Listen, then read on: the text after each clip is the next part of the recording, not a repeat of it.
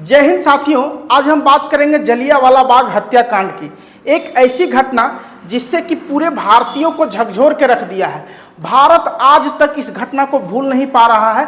उस समय के जितने भी क्रांतिकारी थे वो सभी उपद्र हो गए थे अंग्रेजों के खिलाफ, क्योंकि अंग्रेजों ने हमारे हजारों निहत्थे लोगों पर गोलियां चलाई, जिसमें बूढ़े थे, बच्चे थे, महिलाएं थी। सभी एक मेला मना रहे होते हैं, तभी अंग्रेज आता है और धड़ाधड़ लगातार 10 मिनट तक फायरिंग करता है। यानी उस दिन एक खूनी खेल खेला गया था अंग्रेजों के द्वारा। अंग्रेज आखिर ऐसा क्यों किए थे, उसी घटना को थोड़ा सा डिटेल में बताने के लिए इस पर एक फिल्म बनी है जिसका नाम है केसरी 2। उसमें एक वकील रहते हैं जिनका नाम रहता है शंकरन नायर, उसी का एक्टिंग किए हैं अक्षय कुमार। बेहतरीन एक्टिंग किए हैं। इतना अच्छा ये मूवी है जिसमें शुरुआती सीन में दिखाया गया जो मंजर, जिसे देखकर आपका दिल दहल जाएगा। छोटे छोटे बच्चों के लिए वो फिल्म बैन कर दिया गया था सिर्फ उसी घटना के लिए कि अंग्रेज छोटा सा जो गोली चलाया था और जो मारा था हमारे लोगों को, छोटे छोटे बच्चों को और महिलाओं को, पुरुषों को, बुजुर्गों को, वो सारा चीज देख ना सके छोटा छोटा बच्चा। इसीलिए 18 साल से नीचे बच्चों के लिए ये फिल्म बैन था। और उसके बाद हमने ये जब फिल्म देखा तो हम सिहर उठे और बताने के लिए मजबूर हो गए कि आखिर जलियांवाला बाग में उस दिन हुआ क्या था। आप भी जानिए कि जलियांवाला बाग में उस दिन क्या हुआ था और शंकरन नायर किस प्रकार इस केस को जीते थे, अंग्रेजों को गलत साबित किए थे। अंग्रेजों का कहना था कि हमने ऐसा कुछ नहीं किया था, वो लोग बंदूक गोली लेके खड़े थे तो हम लोग जाके उसका जवाब दिए। अरे चोट्टा अंग्रेज, जब वो लोग गोली बंदूक लेके खड़ा था तो 2 सप्ताह का बच्चा गोली लेके खड़ा रहेगा? बुजुर्ग, महिलाएं और पुरुष सब बंदूक लेके खड़ा रहेगा तुमको मारने के लिए? सब तो वहां मेला मना रहे होते हैं, कोई खाना खा रहे होते हैं, कोई खेल रहे होते हैं, बच्चे सब इधर उधर घूम रहे होते हैं, सभी एक दूसरे से गले लग रहे होते हैं, किसी के हाथ में एक पत्थर तक नहीं होता है और तुम बोलता है तुमको मारने आया था इसीलिए तुम जलियांवाला बाग किया। अरे कुत्ता छोटा अंग्रेज, आज तुम्हारा पोल खोलते हैं। उससे पता है, उस घटना से भगत सिंह बहुत ज्यादा गुस्सा हो गए। उस समय बहुत छोटे थे, 11-12 साल के उम्र के थे और उस समय इनका खून खौल उठा था। अगर महात्मा गांधी असहयोग आंदोलन चालू नहीं करते तो शायद हो सकता है कि भगत सिंह उसी उम्र में अंग्रेजों को जवाब दे सकते थे। और पता है, उस जलियांवाला बाग में एक व्यक्ति रहता जिसका नाम है उधम सिंह, जो लगभग 18-19 साल के रहते हैं। और उस समय जब फायरिंग करता अंग्रेज लोग तो ये वहीं पे सब चीज़ देखते हैं और भीड़ में किसी तरह बेहोश हो जाते हैं। बाद में जब इनका नींद खुलता है तो देखते हैं हजारों लोग उस जलियांवाले बाग में पड़े हुए हैं। यही वो मेमोरियल हॉल है जहाँ पे आपको कभी जाने को मिले जलियांवाला बाग देखने के लिए। ये पंजाब के अमृतसर में गोल्डन टेम्पल से 1-1.5 किलोमीटर आगे है, वहाँ जाके जरूर देखिएगा। ये इंसिडेंट जो हुआ था वो काफ़ी खतरनाक था। आप देख सकते हैं कि यही वो जगह है जहाँ पे जलियांवाला बाग हत्याकांड हुआ था। ये बाग एक्चुअल में एक व्यक्ति का नाम था जिसका नाम था जल्ली, जो बहुत रईस आदमी था, प्रॉपर्टी वाला आदमी था। तो जल्ली नाम का व्यक्ति का ये प्रॉपर्टी था पूरा, एक मतलब पार्क की तरह था जहाँ लोग सुबह दौड़ने आते थे, टहलने आते थे, योगा करते थे, व्यायाम करते थे। और इसी के अंदर बहुत जगह था। तो इसके आसपास ये जो बिल्डिंग देख रहे हैं ना, ये एक रहीसी इलाका है। सारा बिल्डिंग चारों तरफ, इस ग्राउंड का चारों तरफ एक रहीसी इलाका है और रहीसी इलाका के बीच में ये ग्राउंड रहता है जिसको बाग कहते हैं। तो इसी कारण से जल्ली नाम का व्यक्ति का ये प्रॉपर्टी है, इसलिए इसका नाम पड़ गया जलियांवाला बाग। ठीक है, जो बहुत ही रिहायशी इलाका के बीच में पड़ता है। तो आप जानते ही रईस आदमी सब योगा वगैरह सुबह सुबह करने जाता ही है, ग्राउंड में घूमता ही है। ठीक है, तो यही कारण से इस बाग में डिसीजन हुआ था कि हम लोग सब मेला मनाएंगे, बैसाखी का मेला। और उसी दिन ये घटना हुआ था, आगे जिसका डिटेल में चर्चा करेंगे। दरअसल आपको समझना होगा कि आखिर इस घटना का जड़ कहां से उत्पन्न हुआ। आप जानते हैं कि 1914 से 1918 के बीच में प्रथम विश्व युद्ध हुआ था और इसी विश्व युद्ध के दौरान अंग्रेजों ने कहा था हम भारतीयों से कि आप लोग हमको पंजाब, हरियाणा, बिहार, उत्तर प्रदेश, महाराष्ट्र, गुजरात, इन सारे जगहों से हमको यंग लड़का दे दीजिए, 16, 17, 18 साल का, जो हमारे तरफ से सैनिक बनेगा और विदेश में लड़ने जाएगा। प्रथम विश्व युद्ध में इंग्लैंड के तरफ से लड़ेगा। हमारे हजारों नौजवान गए, अपना जान तक दे दिए, शहीद हो गए अंग्रेज के चलते। और उसके बाद वो लोग बोला था अगर ऐसा करता है तो हम भारत को आज़ाद कर देंगे, भारत को छोड़ के चले जाएंगे। उसके बाद 1918 में जब ये युद्ध खत्म हुआ तो भारतीय नेताओं ने कहा कि अब हम लोग के देश को छोड़ दीजिए महाराज, अंग्रेज अब वापस चले जाइए अपने देश में। हम भारतीयों के हजारों नौजवान आपके तरफ से युद्ध लड़ा और कई शहीद भी हो गए हैं, कई अपने शरीर से अपंग हो गए, तो अब तो देश का जान छोड़िए महाराज, ऐसा अंग्रेज को बोला गया था। तो अंग्रेज तो चोट्टा था, वो क्या किया, 1918 में एक एक्ट लागू किया गया था जिसका नाम था रॉलेट एक्ट, और उसमें यह था कि किसी को भी कभी भी बिना कोई गलती का भी अगर शक भी रहेगा तो उसको उठा के जेल में डाल देंगे और 2 साल तक सजा देंगे, ऐसा वो लोग किया था। अब सोचो, वर्ल्ड वार 2 में हमारे सैनिक मरे थे, उसके बदले में अंग्रेज हम लोग को छोड़ना था, आजाद करना था, तो और कड़ा हो गया भारत के प्रति और जकड़ के हम लोग को गुलाम बनाने लगा। ठीक है, आप देख सकते हैं उसमें कई लोग अपना परिवार खो दिया था, जो अपना घर में या जो घर को चलाता था नौजवान लड़का सब, वो अंग्रेज के तरफ से लड़ने गए, वो बेचारे शहीद हो जाते हैं, मारे जाते हैं अंग्रेजों के चलते, और उसका घर वाला भूखे मर जाता है।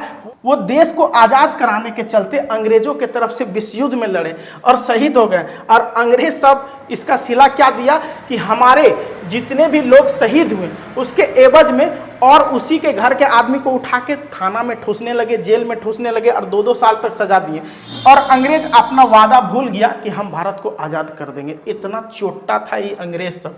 ठीक है, रॉलेट एक्ट बड़ा खतरनाक था, बिना कोई दलील, बिना कोई वकील और बिना कोई अपील का उठाया, जेल में ठूस दिया। खाली सिर्फ किसी से सुन लिया कि वो शायद ऐसा किया होगा, शायद ऐसा किया होगा, शक के आधार पर उसको उठा के 2 साल का सजा दे देता था, और उसमें वकील भी उसका केस नहीं लड़ सकता है, कोई दलील भी पेश नहीं कर सकता है, और कोई अपील भी आप नहीं कर सकते कि काहे डाल दिए। मतलब अंग्रेज मनमाना तरीके से लोगों को पकड़ने लगा, जेल में डालने लगा। इसमें महात्मा गांधी एक बड़े लीडर थे जिनको सबसे पहले उठा के डाल दिया। सोचा ये सबसे महान लीडर है, क्योंकि चंपारण सत्याग्रह 1917 में और 18 में खेड़ा आंदोलन में देश में इनका एक नाम हो गया था, तो इनको उठा के डाल दिया था जब रॉलेट एक्ट के खिलाफ विरोध कर रहे थे। ठीक है, उसके बाद 10 अप्रैल 1919 को बहुत सारे लीडर को अरेस्ट किया गया था, जिसमें पंजाब से डॉक्टर सैफुद्दीन किचलू और डॉक्टर सत्यपाल, ये दोनों पंजाब के तरफ से, पंजाब बहुत बड़ा प्रांत था,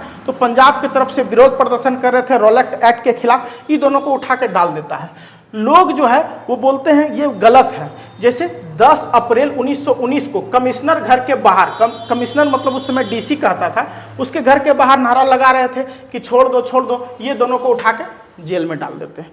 उसके बाद 11-12 तारीख को अंग्रेजों को परेशान करने के लिए बहुत नौजवान कि इन दोनों को छोड़ दीजिए, ये हमारे नेता हैं, ये तो सिर्फ डिमांड कर रहे थे कि रॉलेट एक्ट का विरोध कर रहे थे जो आप लोग का गलत नीति है, तो आप इनको उठा के क्यों डाल दिए। तो 11-12 को थोड़ा सा पूरे पंजाब में दंगा हो रहा था लोगों के द्वारा इनको छुड़वाने के लिए।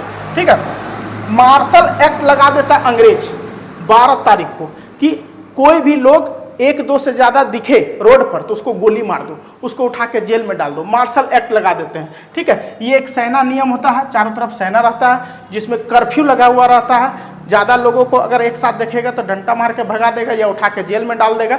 इस तरह का नियम लगा दिया था। मतलब अंग्रेज गुलाम बनाया था, जो मन सो कर रहा था। Rowlatt act, martial act, curfew वगैरह लगाना आसान बात था अंग्रेजों के लिए, जो करता था मानना पड़ता था। ठीक है, और ये चीज़ आम आदमी को पता नहीं था।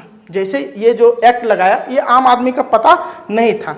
उसके बाद क्या होता है कि एक अधिकारी रहता है जिसका नाम रहता है माइकल ओ डायर। उस समय पंजाब प्रांत के गवर्नर रहते हैं। ठीक है, माइकल ओ डायर, यानी कि पूरे पंजाब प्रांत के अंदर सबसे हेड जो है अंग्रेजों का रहता वो यही रहते हैं, माइकल ओ डायर। ये एक मीटिंग करते हैं अपने कुछ अधिकारियों के साथ, जिसमें सेना जनरल जो रहता है जनरल आर डायर ये रहता है। इसके साथ एक मीटिंग करते हैं कि देखो सुने हैं कि कल जलियांवाला बाग में बहुत सारे लोग इकट्ठा होंगे, तुम लोग को जाना है और सबको गोली से भूंज देना है। ई बोलते हैं। तो ई बोलता है ठीक है, ये तो सेना जनरल रहता है, ये गवर्नर रहता है, तो इसके आदेश पे ये तैयार हो जाता है। ठीक है, उसके बाद बोलता है चलो कल सुबह जलियांवाला बाग में जाना है। लेकिन आम लोगों को कुछ पता नहीं रहता है कि ऐसा कुछ हो सकता है। ठीक है, और उसके बाद 2 तोप और बहुत सारे सैनिक के साथ, बंदूकों के साथ इस जलियांवाले बाग के अंदर आ जाते हैं। इस जलियांवाले बाग में एक ही गेट रहता है। ठीक है, इस जलियांवाले बाग में एक ही गेट रहता है। इस गेट से सब प्रवेश करते हैं और इधर इधर इधर और इधर इधर इधर सैनिक रहता है बंदूक लिए खड़ा। ठीक ठीक है, और सभी लोग इस बाग के अंदर रहते हैं। इसका जो बाउंड्री रहता है चारों तरफ का दीवार वो 8-9 फीट ऊंचा रहता है। आप देख सकते हैं ये सारे दीवार, ठीक है, 8-9 फीट ऊंचा रहता है ये सारे दीवार, और इधर से तो बिल्डिंग से ढका रहता है, तो कोई फान के बाहर भी नहीं जा सकता। अचानक ये चोट्टा सब आता है, ठीक। फसल कटने का खुशी में बैसाखी का त्यौहार मनाया जाता है 13 अप्रैल 1919 को, और इसी त्यौहार में लोग आते हैं इस बाग के अंदर, एक दूसरे से गले मिलते हैं, सब एक दूसरे को बधाइयाँ देते हैं त्यौहार का। कोई बैठ के खाना खा रहा होता है, कोई अपने बच्चा अपने माँ के गोद में सोया हुआ रहता है, कोई माँ अपने छोटे बच्चे को स्तनपान कराते रहती है, और उसके बाद अंग्रेज का सिपाही इस तरह से आता है। लोग कुछ समझ भी नहीं पाते, ये आम आदमी को पता नहीं था कि ये कर्फ्यू उर्फ्यू क्या होता है, ये क्या हो रहा है नहीं हो रहा है, उन लोग को कुछ पता नहीं था। रॉलेट एक्ट क्या है, आम आदमी थे, मेला मना रहे थे, इसमें बुजुर्ग महिलाएं पुरुष थे, छोटे छोटे बच्चे थे, सब जानता था। हर साल यहाँ मेला मनाने आता था, जलियांवाला बाग एक बहुत बड़ा ग्राउंड था तो उसमें मेला मनाने आता था। तो इस बार भी मेले के लिए सब यहाँ पे आए थे। सिख बैसाखी का मेला होता है, ठीक है, फसल कटने के बाद खुशी में, जैसे हम लोग का दुर्गा पूजा होता है, दीपावली होता है, छठ होता है, मुस्लिमों का मुहर्रम होता है, तो इन लोग का बैसाखी होता है, ठीक है। तो 13 अप्रैल 1919 को ये लोग यहाँ बैसाखी मना रहे होते हैं। अंग्रेज आता है और अचानक आदेश दे देता है फायर, और जैसे ही फायर बोलता है धड़ाधड़ गोलियां चलने लगती है, धड़ाधड़। लगभग जो है 10 मिनट तक लगातार गोली चलते हैं, जिसमें सब भागने लगता है। अचानक सोचता हम लोग पे गोली क्यों चलने लगा, सब भागने लगते हैं, बूढ़े बच्चे नौजवान और जितने भी लोग रहते हैं कुछ सोच भी नहीं पाते हैं, भाग भी नहीं पाते हैं। जो बाउंड्री चढ़ता है ये वाला भागने के लिए 8-9 फीट का, तो बाउंड्री तरफ बंदूक को मुड़वाता है, fire right side, fire left side, चोट्टा सब बहुत फायर करता है। एक कुआं रहता है जिसमें लगभग 120 आदमी इसी कुआं में जो जाता है छुपने के लिए, गोलियों से बचने के लिए। तो कुआं के अंदर लगभग अगला दिन पता चलता 120 लाश था। जलियांवाले बाग के इस हत्याकांड में जो सबसे छोटा बच्चा रहता है वो मात्र 6 सप्ताह का रहता, मात्र 6 सप्ताह का, जिसको अंग्रेज गोली मार देता है बेरहम की तरह। 1650 राउंड फायर होता है, यानी बंदूक में गोली खत्म होता है, फिर से लोड होता है, फिर फायर होता है, फिर खत्म होता है, फिर लोड होता है, फिर फायर होता है। 10 मिनट तक लगातार फायर करते रहता है। अगर कोई व्यक्ति हिल डुल भी रहा तो उसको 2-3 गोली मारा जाता, धाए धाए धाए। कोई दीवार पे चढ़ा, धाए धाए धाए। कोई जो भाग रहा, धाए धाए धाए। कोई किसी में छुपा हुआ है और उसका पैर हिल रहा है तो भी उसके शरीर में सामने जाके मारा जाता है। अगर व्यक्ति जो है बाद में कुछ देर बाद गोली चलाने के कुछ देर बाद जब ये सामने जाते हैं ये सारे लोग, तो देखता है पलट पलट के, ठीक है, और बंदूक को उल्टा करके घोप घोप के मारता है। चोट्टा बेहुदा सब। अंग्रेजों का कहना है कि 379 लोग इसमें मारे गए थे, 379, जबकि भारत का जो आंकड़ा आया वो 1000 से ऊपर आदमी, यानी 1500 2000 पता नहीं कितना आदमी, जबकि इसके अंदर कई हजार लोग, लगभग 10,000 से ज़्यादा लोग इकट्ठा थे। अब सोचो उसमें से कितना मरा होगा कितना बचा होगा कोई गारंटी नहीं। सिर्फ इस कुआं में लगभग 100 आदमी से ऊपर मरा था, ठीक है। इतना अंग्रेज लोग बेहुदा थे कि 10 मिनट तक वो लोग फायर करते रहे। और बाद में जब रिपोर्ट देना था अंग्रेजों को तो बोला कि हम लोग पे फायर करने आया था कुछ लोग, तो हम लोग भी फायर किए। तो उसके बाद एक वकील थे, उस फिल्म में दिखाया गया केसरी 2 में, जिनका नाम था शंकरन नायर, ठीक है। 1915 में वायसराय काउंसिलिंग का हिस्सा थे ये अंग्रेजों की तरफ से, ठीक है। और इसी कारण से ये इतना अच्छा वकील थे कि इनको नाइटवुड की उपाधि मिली थी। और इकलौता ऐसा व्यक्ति थे भारत का जो वायसराय काउंसिल का हिस्सा थे, शंकरन नायर। तो इनको गुस्सा आ जाता है, ये अंग्रेजों का जो नाइटवुड की उपाधि होती है इसको ठुकरा देता है। यानी आप जानते होंगे PhD जो करता है उसको हम लोग डॉक्टर लगा देते हैं। तो उसी तरह उस समय अंग्रेजों की तरफ से नाइटवुड का उपाधि दिया जाता था, उसका मतलब होता सर। जो ये सम्मान लेता है अंग्रेजों की तरफ से वो अपने कार्य क्षेत्र में बहुत अच्छा प्रदर्शन करता, उत्कृष्ट प्रदर्शन, उसी को मिलता है ये नाइटवुड। इसी कारण से रविन्द्रनाथ टैगोर को भी दिया गया था नाइटवुड की उपाधि अंग्रेजों की तरफ से। ये भी इस घटना के बाद अपना नाइटवुड की उपाधि फेंक दिया अंग्रेजों के पास, ले चोट्टा तुम्हारा नाइटवुड हमको नहीं चाहिए। और ये शंकरन नायर भी बोला नहीं चाहिए, हम इंसाफ चाहते हैं और इंसाफ के लिए ये लोग लड़े, ठीक है। और शंकरन नायर सिद्ध कर दिया कि जलियांवाला बाग का दोषी अंग्रेज था, जबकि अंग्रेज बहुत बचने का कोशिश किया। एक लड़का का मदद से, ये लड़का का मदद से पूरा सिद्ध कर देते। फिल्म में दिखाया गया, आप जाके देख सकते हैं, ठीक है। और सारे अंग्रेजों को सबक सिखाएं कि तुम जो जलियांवाला बाग किया है वो घटना पूरी दुनिया कभी नहीं भूलेगा और आज तक चोट्टा अंग्रेज सब माफी नहीं मांगा। जलियांवाला बाग हत्याकांड के बाद जो केस हुआ उससे आज तक माफी नहीं मांगे हैं। काला अध्याय बोला जाता है इसको। 13 अप्रैल 1919 को कभी नहीं भूल सकता है, ठीक है। और अंग्रेज के इसी करतूत के कारण असहयोग आंदोलन हुआ था, जिसमें लाखों आदमी 1920-21 में रोड पर उतर गए थे और अंग्रेजों को भारत छोड़ने पर मजबूर कर रहे थे, ठीक है। उसके बाद एक व्यक्ति था जिसके बारे में हम शुरू में चर्चा किए थे, सरदार उधम सिंह। ये इंग्लैंड में जाके माइकल ओ डायर को बोले थे, माइकल ओ डायर ढाएं ढाएं, 2 गोली मारे, ये मर गया। याद करो 13 अप्रैल 1919 जलियांवाले बाग में तुमने कई निहत्तर लोगों को मारा था, जिसमें हम भी थे। हम किसी तरह बच गए थे जो आज तुमको मारने आए, और इंग्लैंड जाकर लंदन में घुस के सबके सामने इसको मार देता, ऐसा वीर था हमारे ये क्रांतिकारी सरदार उधम सिंह, ठीक है। उसके बाद इन्हें फांसी हो गया।